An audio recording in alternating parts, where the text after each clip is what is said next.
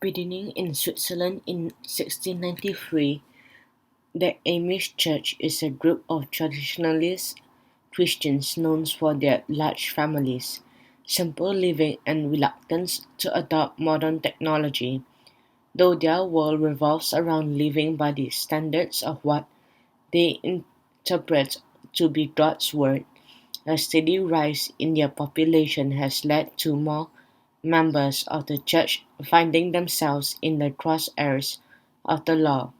The following 10 examines a series of both amusing and tragic occurrences within the religious sect, too bizarre to comprehend or imagine. Number 10. Religious tipplers. In the eyes of the law, it does not matter what a person is driving, be it a car or horse-drawn body. If you are impaired, you will be arrested. Such was the case for a heavily intoxicated 21-year-old Amish man who blew through a stop sign after chugging 10 beers, believing that he was witnessing a runaway horse.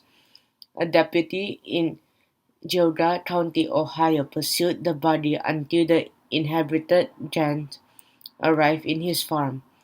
After failing a field sobriety test, the religious tippler traded in his 19th-century ride for the back seat of a patrol car. A similar incident occurred in 2011 when the Amish teenage in Conewango, New York, led police on a slow-speed chase. Lewis D. Hostetler, 17, refused to halt his horse after police witnessed him drinking beer in his carriage. The rebellious speedster was eventually charged with the resisting arrest, littering on the highway, unlawful possession of alcohol, insufficient tail lamps, and obstruction government administration. While amusing, the previous two boozers paled in comparison to the rowdiness four teens displayed in upstate New York in summer of 2012. An inebriated Amish quartet had the bright idea to drag race their horse-drawn bodies, down a dark rural road. When authorities arrived on the scene, one of the horses crashed into a police cruiser, causing the body to flip over. Though the four youths were fortunate to walk away from the incident unscathed, they were charged with underage possession of alcohol. Number 9. Fatal Mishaps. Just 3 days shy of his 10th birthday, a gruesome accident would forever change the life of Samuel Hershberger. While completing his farm chores on the afternoon on August 22, 1991, Samuel fell into a tractor-powered drive shaft. Seconds later, the boy's left arm and right foot were ripped off. His scalp was peeled from his head and his right arm was crushed into pieces. By some miracles, Samuel survived the horrendous ordeal and went on to become the most famous Amish person in Illinois, if not the entire nation, with his plight making headlines across the country. Donations came pouring in for the Hirschberger family, who was facing $250,000 in medical bills. Unlike Samuel, who was fortunate enough to escape with his life, Jacob Stutzman of Indiana will not be so lucky. While tending to his duties in the fall of 2013, the 23-year-old Amish man slipped and fell, landing onto a moving saw blade. Deputies and first responders rushed to the sawmill, only to find that any attempt of revival would be futile. Consequently, Stutzman was pronounced dead at the scene, adding to the growing number of tragic accidental farm fatalities. Number 8. A Shot in the Dark. Returning from a Christmas party in northern Ohio in December 2011, Rachel Yoder was less than 3 miles from the home when the unthinkable happened. Out from the sky plummeted a single .50 caliber bullet striking the 15-year-old in the head. As she lay there dying in her body, her horse continued on the path, trotting her home. Later that evening, Rachel's brother noticed the horse and body going in circles on their family farm. Moments later, he found his sister lying in the dirt unresponsive. Slowly slipping away the following day, Rachel was gone. At first, police suspected that the girl had fallen from the body and hit her head. However, her death was officially ruled a homicide following an autopsy.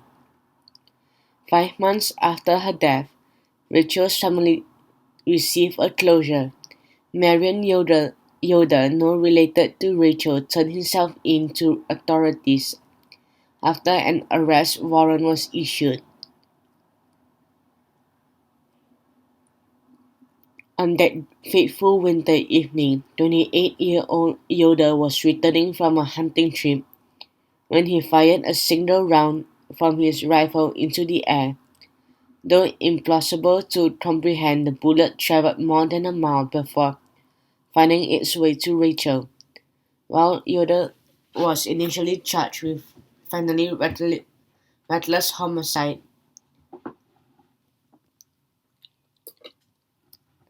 Rachel's family intervened opposing the charges.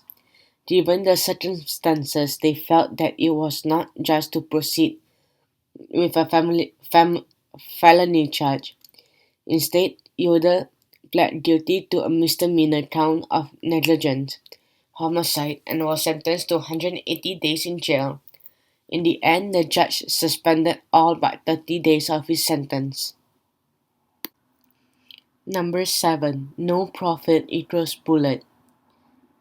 Lancaster County, Pennsylvania is a home to one of the most secretive residents and industries in America. The county, referred to as the puppy mill capital of the U.S., is where you find hundreds of dogs crammed into small crates stacked one on top of the other. These barns and sheds, mainly dominated by the Amish, where a dog's life is nothing more than a dollar sign, for the devoted religious sect. Female breeders often spend their entire lives producing innumerable litters until their body gives out, in which case they are euthanized with a bullet. The puppies that are produced like an assembly line are then sold to pet stores or at auctions. In Lancaster County, an estimated 600 unlicensed facilities are currently in operation where their breeders go through great lengths to avoid discovery. Such measures entail debarking the puppies by shoving hammer-sharp instruments down their throats to start their voter cards. In 2013, two Amish men were arrested in central New York for killing a dog and 9 puppies after the Australian Red Heelers failed to sell. The DA stated that Merlin Schmucker, 26, and Jonathan Asher, 19, shot the litter and then disposed of them in the roadside ditch, where they were found by a highway crew. According to Asher, their actions are acceptable among the Amish under these particular circumstances. Fortunately, Town Justice Carol Held felt differently about and sentenced the two to 30 days in county jail. In addition, each were fined $500 and barred from owning dogs for 15 years. Number 6. The secret ingredient. To preserve their simple lifestyle remnants of the 19th century, the Amish shunned various necessities such as licenses, high school education, and of course electricity. This was spurred much scrutiny for home bakers in Amish enclaves who sell their goods, such as meats and cheese, to residents in their community without refrigeration required. Food safety overseers constantly worry of food poisoning outbreaks, causing much strife between them and the religious sect. For several Amish bakers in Pennsylvania, their freedom of religion crossed many gross boundaries, to say the least. In the spring of 2019, police received an anonymous tip that Yoder Baked Goods, a bakery in Lancaster County, was using questionable ingredients. By all appearances, the shop was clean and compliant for food safety. Upon further investigation, however, it was discovered that the bakery's whoopie pies, either a cookie pie or cake, was made with human breast milk, while the white fatty liquid from Amish princess psychologically trapped in the 1800s may be unappetizing. It is unlikely to pose a danger to consumer. Nonetheless, it is not only disgusting but against the law to use human fluids in food. The bakery has since been shut down. Number 5. Romancing the Cattle. In 2010, two Amish brothers from Lancaster, Wisconsin, were arrested on a string of sexual charges in what the county sheriff described as one of the strangest and most disturbing cases he has seen. Christian G. Stolzfus, 19, and Danny G. Stolzfus, 18, sexually abused at least six family members ages ranging from 5 to 16 years old. To add fuel to an already disgusting and bizarre inferno, the dynamic duo was also charged with bestiality. Authorities claim that the passionate encounters with multiple animals occurred on the family's Grants County farm over a 3 to 4 year period. As the saying goes, love is in the eye of the beholder, and with that of all the livestock that truly captivated the brothers just was a cow and a horse. Following their arrest, the two were charged with the repeated sexual assault of a child, exposing their genitals of public area, and 2 counts of sexual gratification with an animal. Although Christian faced more than 400 years in prison subsequent to his conviction, he was only sentenced to 1 year in jail for sexually assaulting a child. As for his brother and partner in crime, Danny, his records remain sealed, although it is safe to assume he too received a slap on the wrist. One can only hope they can go vegan. However, time will tell if they hunger for cattle yet again. Number 4. Amish Dr. Ruth. From September to November in 2011, members of a breakaway Amish group carried out a series of attacks on Amish locals in Burgos, Ohio. According to authorities, the squad of religious rascals made late-night visits to homes of former acquaintances, where they would forcibly cut off the beards of the men and give the ladies a charming buzz cut using clippers. Afterward, the ostracized barbers took photos of their work to show their leader, Sam Mullett. Mullett admitted that his intentions were to send a message to other Amish that they should be ashamed of themselves for the way his community had been treated. Specifically, they changed the rulings of our church here, and they are trying to force their way down our throat. Make us do like they want us to do, and we are not going to do that.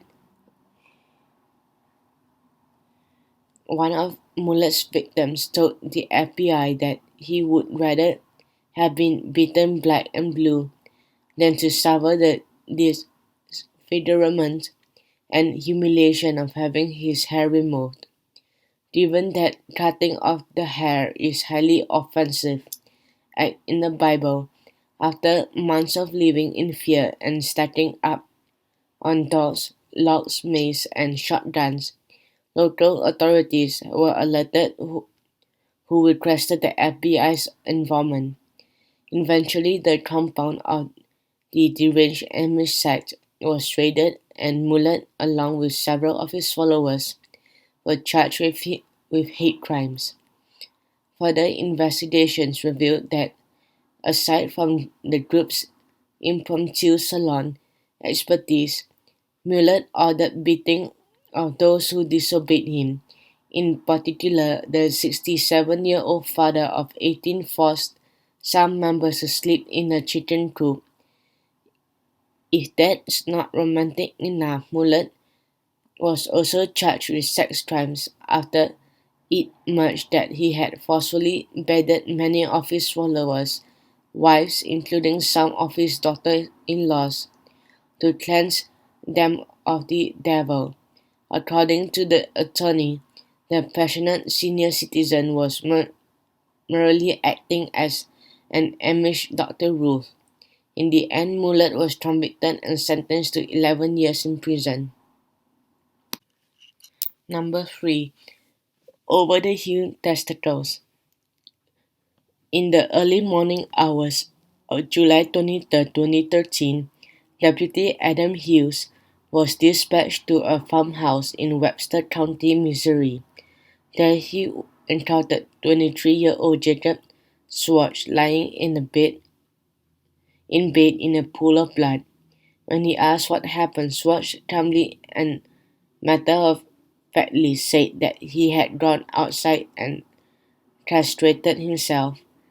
As if there was no emergency, Hughes asked Schwartz to describe in detail the events that led to his current dilemma.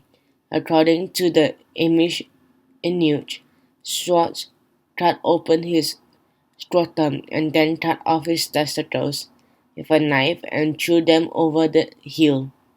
Afterward, he put blood-stop powder on the wound and went to bed to count sheep. At one point during the delightful questioning, Schwartz began to have seizure and ultimately became unconscious before being transported to the hospital by the ambulance. Upon searching the house and perimeter, police could not find evidence of the man's castrations, nor was there blood on the premises other than Schwartz's bedroom. The county sheriff immediately became skeptical, stating, "I find it hard to accept that the 23-year-old man said as being completely truthful. I think that what he said he did to himself would be very, very hard to do." Sheriff Cole went on to state that if unless someone comes forward with a different version as to how Schwartz's testicles were sliced, diced, and thrown to greener pastures, no charge can be brought. It's been a month since this happened, and I don't see that happening, although, as I said before, it's hard for me to believe the story we were told. Number 2. Amish dad. Where did my friend, love's trustworthy husband go to? He hates me to the core. Barbara Weaver lamented in a letter written to her counselor shortly before her murder.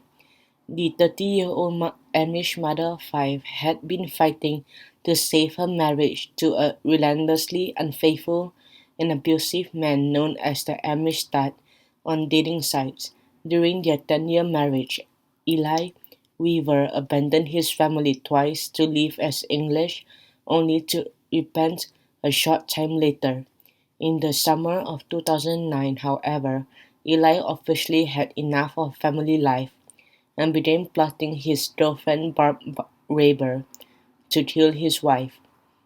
"Maybe you could blow up the house," Weaver texted Raber, a married mother of 3, to which replied, "What about your kids? The kids who go to heaven because they are innocent." Ultimately, the homicidal lovers who enjoyed sexual trysts in Rivers, Ohio barn chose a bullet as the best method of execution. At 3:30 a.m. on June 2, 2009, Eli left his house to go fishing, knowing full well he would never see his wife alive again. 1 hour later, Raber entered the Weaver home through an unlocked basement door armed with a shotgun. Quietly, she crept her way up the stairs and into the dark hallway before coming to Barbara's bedroom. Seconds later, Barbara was dead, having been shot through the heart as she slept. It wouldn't be long before detectives saw through their diabolical scheme, arresting both of them for the following week. In the end, Barb Raber was convicted of aggravated murder and sentenced to 23 years to life, while Eli was found guilty of complicity to commit murder and sentenced to 15 years to life. In one of Barbara's final letters, she wrote of her husband, "I often think of Christ's words, 'Forgive him, for he knows not what he does.'" Number 1. First Amish conviction. On March 18, 1993, Edward Gingerich walked into the office of his chiropractor with complaints of a headache. He was given a scalp massage, instructed to drink molasses, and then sent on his way back to his farmhouse in northwestern Pennsylvania. Several hours later, Gingerich beat his wife to death before cutting out her intestines. The 5-year-old who witnessed the horrific slaying fled the farm and ran to his uncle Daniel's house for help. By the time Daniel arrived on horseback, he found his brother in the kitchen sitting on Katie's naked corpse. On that moment, Daniel hastily went to a neighbor's house to call the police.